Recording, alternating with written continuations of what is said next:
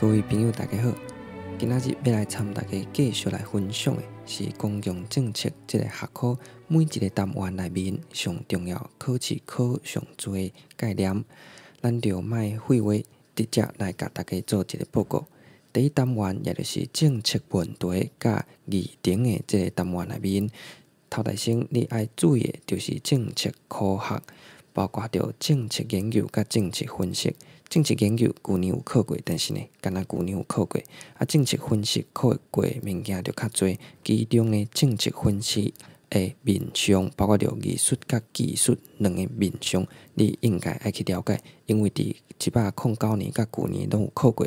其他包括着政策分析的八部曲，甲这个政策分析的方法，这两个嘛是过去有考过，但是无考遐侪物件。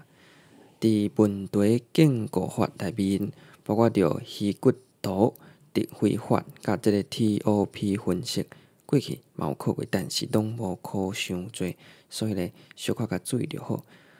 过来政策问题内面，这是一个正爱考的单元，叫做失能，包括着市场的失能，特别爱考。其中公有财一定爱甲读好熟，因为伫过去考过诚侪摆。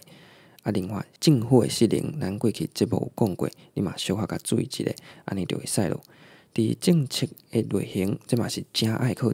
今年才有考过。其中的管制型的这个政策是考上多，你一定爱甲读好熟。其他包括着分配型，甲这个中分配政策的类型嘛有考过哦。伫政策议程的内面是虾米因素互真侪社会议题会使来去摕到即个议程的地位，这嘛是过去有考过，包括着多元流的理论，虾米个叫做政策通，虾米叫做政策企业家，这拢是诚重要概念，请大家多多注意，这是今年有考过的部分。第二单元，咱继续讲到政策的规划甲合法化。伫政策规划内面，政策你规划了后有真侪方案，要安怎去选？这是过去考真侪部分，其中可行性过去考过3摆，嘛，请你特别爱注意。其他伫政策规划内面有考过，但是无考过遐侪摆，包括着方案理论，甲即个卡普兰所讲的政策规划的原则，嘛有考过。过来伫政策咧决策的时阵，无共款的决策模型，这是嘛是一个重点。其中上爱考的是理性、满意甲渐进这3个模式。其他嘛有考过记录的是群体决策、决策树，佮有即个权力的面向、专家有限性甲政策的冲突是有考过，但是呢，可能敢若考过1摆2摆尔，就无遐重要，但是也是有考过。佮讲到政策的合法化，这是过去题目的数量较少的一个单元。伊考过物件包括着三读的听书，其他像国会角色、天杀角，佮有即个政策的采用国会多数联名的部分嘛是有考过。来到着第3单元，也就是政策的执行，其中上爱考的一定是政策的工具。这伫咱的节目才讲过尔，政策的工具真正是考上多的题目啊！请大家千万，若是时间有限，这个单元一定爱甲读好熟。其中的咱讲到的3个传统的大版本，上爱考的是 Wemer 甲 Vining 因所提出的政策工具的迄个版本，是考试内面考上多，但是其他亲像 Ingram 也是 Ramesh， 佮有这个上新的 Nudge 嘛是考真多啦。所以讲呢，规个单元拢重要，甲读好熟就无问题。过来讲到影响政策执行的因素，内面政策行销是考上多，但是呢，亲像执行力的模式，佮有即个政策沟通嘛有考过，请大家嘛小可甲读一下。最后要提醒的是，咱讲政策的执行有真侪方式，伫无共款的模式内面要安怎去做选择。Maitland 有伊的版本，即个嘛伫109年、105年、106年考过3摆